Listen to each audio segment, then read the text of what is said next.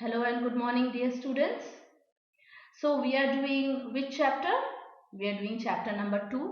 And here we saw many things, many changes that occurred from the first chapter to the second chapter. पहले chapter में जो जैसे हम लोगों ने देखा, उससे सेकंड चैप्टर में थोड़े चेंजेस हम लोगों ने देखा, specially in the ancient humans में, मतलब पुराने जो जमाने के ह्यूमन होते थे, जो अर्ली ह्यूमन जैसे होते थे, अर्ली मैन जैसे होते थे। तो धीरे धीरे हम क्या देख रहे हैं, पहले बिल्कुल अर्ली मैन जैसे रहते थे, वो फॉरेस्ट में डिपेंड करते थे, हंट करते थे, they used to depend upon raw fruits and vegetables and meat. Now धीरे धीरे धीरे धीरे करके उन लोग अपने लाइफ को थोड़ा सिविलाइज करने लगे। फिर इस चैप्टर में तो हम लोगों ने बहुत बहुत कुछ देखा, कैसे वो लोग फूड स्टोर करने लगे, जैसे वो अनाज उगाने लगे, उसको स्टोर करने लगे, जैसे हम जनरली घर पे सारी चीजों को स्टोर करके रखते हैं। फिर एनिमल्स भी स्टोर करने लगे, डोमेस्टिक करने लगे, पेट करने लगे। नाउ हियर हम देखेंगे find out about the first farmers and herders. पहला फार्मर और हर्डर्स कैसे हुआ, और ये सारी चीज जो है हमें कहाँ से सुनने को मिल रहा है, कहाँ से देखने को मिल रहा है। हमें ये सारी जो चीजें हैं ना, पुराने जो मैन्युस्क्रिप्ट्स और इंस्क्रिप्शंस, आपको याद है मैंने बोला था मैन्युस्क्रिप्ट्स पुराने लोग जो हैं पत्तों के ऊपर या खाल के ऊपर, पेड़ों के खाल के ऊपर लिखते थे, बर्ड्स ट्री के ऊपर लिखते थे, और फिर उसके बाद इंस्क्रिप्शंस लिखते थे, जो मंदिरों में, स्टोन्स में, पिलर्स में लिखते थे, उनमें ही ये सारी हिस्ट्री लिखी हुई है। सो पहला हम लोग देखेंगे, पहला farmers and herders. You will notice a number of blue squares, each mark on the site where archaeologists have found evidence in the early farmers and herders.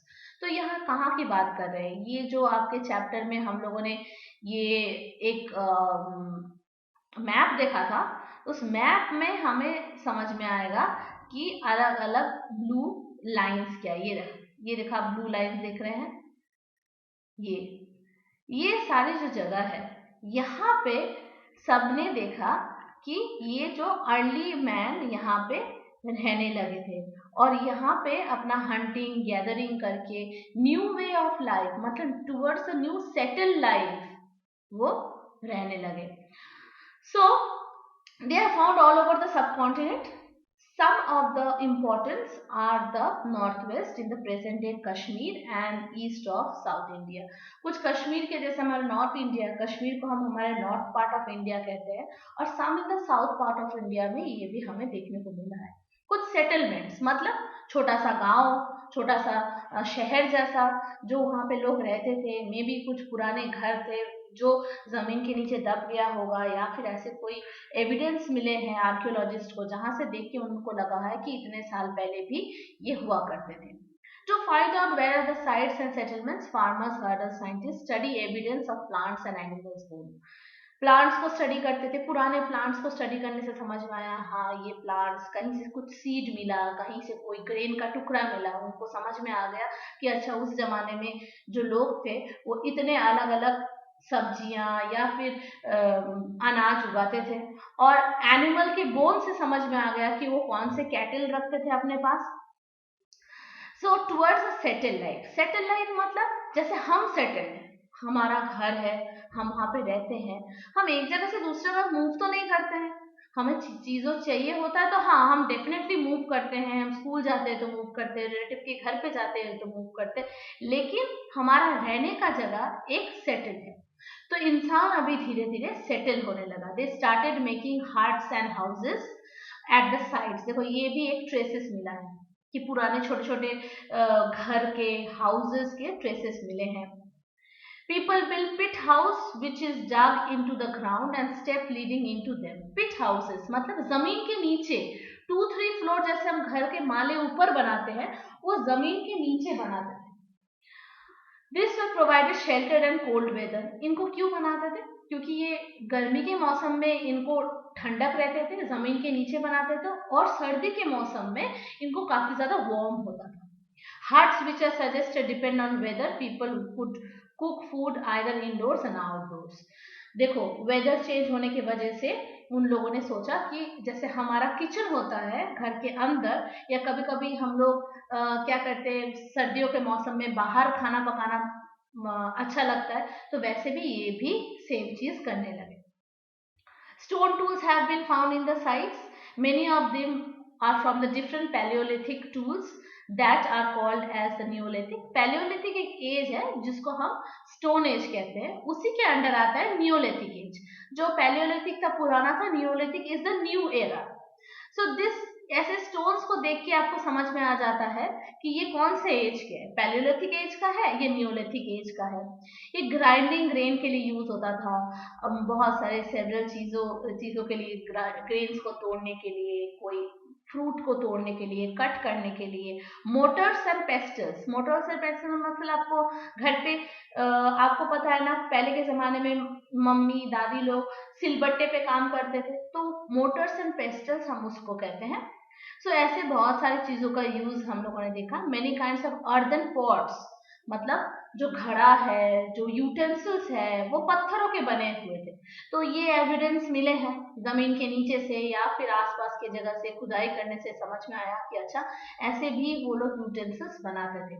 People using pots for cooking करने के लिए अभी वो लोग pots का इस्तेमाल करने लगे। पहले क्या होता था, वो रॉ खाते थे या फिर डायरेक्टली आग के ऊपर दे देते थे, बट अभी उनका दिमाग हुआ कि उनको समझ में आया कि इसको हम अगर ध्यान से पकाते हैं या किसी पॉट के ऊपर बनाते हैं, जैसे हम कढ़ाई में या दूसरे किसी चीजों में बनाते हैं, वैसे वो लोगों ने भी सोचने लगे कि हम लोग अगर करते हैं तो it will become more tasty and it will not burn.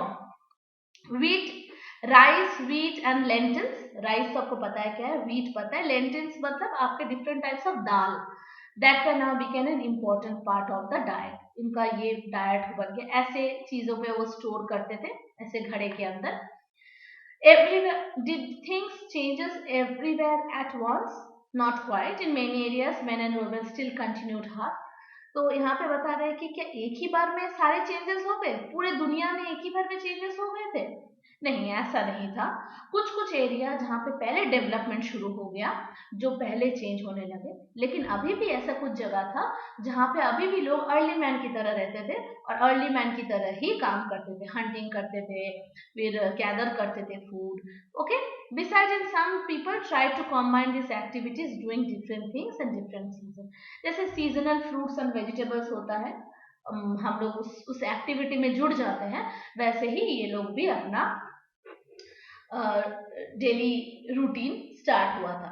This diet is located in a fertile plain. ये क्या है, a closer look to living and dying in Mehrgarh. Mehrgarh एक जगह है जो सबसे पहले कहा जाता है कि एक सबसे पहला एक सेटल्ड कम्युनिटी यहाँ पे रहना शुरू हुआ।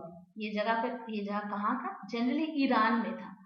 Mehrgarh was probably one of the places where people learned to grow barley and wheat and rear ships and goat at the first time of the area. ये पहला जगह था, पहले इस कॉन्टिनेंट के इस पार्ट में ही लोग सबसे पहले वीट, राइस, बार्ली एग्रीकल्चर करने लगे। उसके बाद गोट्स एंड शिप को डोमेस्टिक करने लगे। This is the earliest village and we know about. At this site, many animal bones were found. Bones of wild animals such as deer, pig, also bones of sheep, goat were found. So all this were found here. Other find Mehergarhs include remain of the square and rectangular houses. Each of these houses have 4 compartments on which some have been used for storage. कुछ कुछ जगह पे ये लोग storage भी करने लगे। और ऐसे वाइल्ड एनिमल्स, मतलब वाइल्ड एनिमल्स के बोन्स मिले हैं, उसका मतलब ये है कि वाइल्ड एनिमल्स को ये हंट करते थे। और जैसे चीजें मिली है शिप एंड गोट, इसका मतलब है ये लोग शिप एंड कैटल को रियर करते थे। Okay, and other finds Mehergarh includes remains of square and rectangular houses. Each houses have 4 compartments. ये देखो घर आपको दिखाई दे रहे हैं। ऐसे घर में 4 अलग अलग कंपार्टमेंट होते थे, जैसे हमारे 4 अलग अलग रूम्स होते हैं, ये लोग भी अलग अपना अलग अलग कंपार्टमेंट बनाने लगे। मतलब यहाँ से आपको देखने को स्टार्ट हो रहा है कि धीरे धीरे कैसे एक अर्ली मैन जो एक एनिमल जैसा था, वो धीरे धीरे अपना दिमाग का इस्तेमाल कर करके वो आगे बढ़ रहे हैं। People die, their relatives and their friends generally pay respect to them. तब के ज़माने में भी लोगों के मौत के बाद उनके जो रिलेटिव्स होते थे और उनके जो फ्रेंड्स होते थे उनके लिए प्रे करते थे, उनके लिए they show respect to them. People found after them perhaps in believe that there are some form of life after death. तो इसमें क्या मतलब है, देखो burial of Mehrgarh, you can identify the skeletons of a goat. अब देखो यहाँ पे एक स्टोरी कहा जाता है, यहाँ पे बताया जाता है कि ये जो स्केलेटन है साथ में ये 2 गोट का स्केलेटन है. इनका तब के जमाने में ऐसा कुछ मानना था, उनको कुछ सुपरस्टिशियस चीजें थी, वो लोग मानते थे कि उनको लगता था कि मृत्यु के बाद दोबारा जिंदगी होती है, मतलब एक बार आप मर जाते हो तो आप दोबारा जन्म लेते हो. और वो जन्म कैसे होता, burial in such of the arrangement, वो इसलिए बरी कर देते थे. और साथ में several burial sites have found in Mehergarh. In one instance, a dead person were buried with goats, which were probably meant to serve as food in the next world. मतलब ये लोग सोचते थे कि जब कोई इंसान मर जाए उसका जो बॉडी है उनको हम दफना देंगे, उसके साथ 2 मरे हुए गोट को भी हम दफना देंगे. क्यों? क्योंकि वो जब दूसरा जन्म लेगा, जन्म लेने के बाद the goat will serve them the food, first food, मतलब goat will give them milk, they will give them meat. तो नेक्स्ट जन्म में उसको खाने की कमी ना हो, इसी वजह से ये उनका मानना था और इस वजह से वो लोग उनको गोट के साथ दफना देते थे. सो ये देखो ऐसे बहुत सारी अलग अलग चीजें हैं जो देखो यहाँ पे समझ में आ रहा है कि बुल फाइट.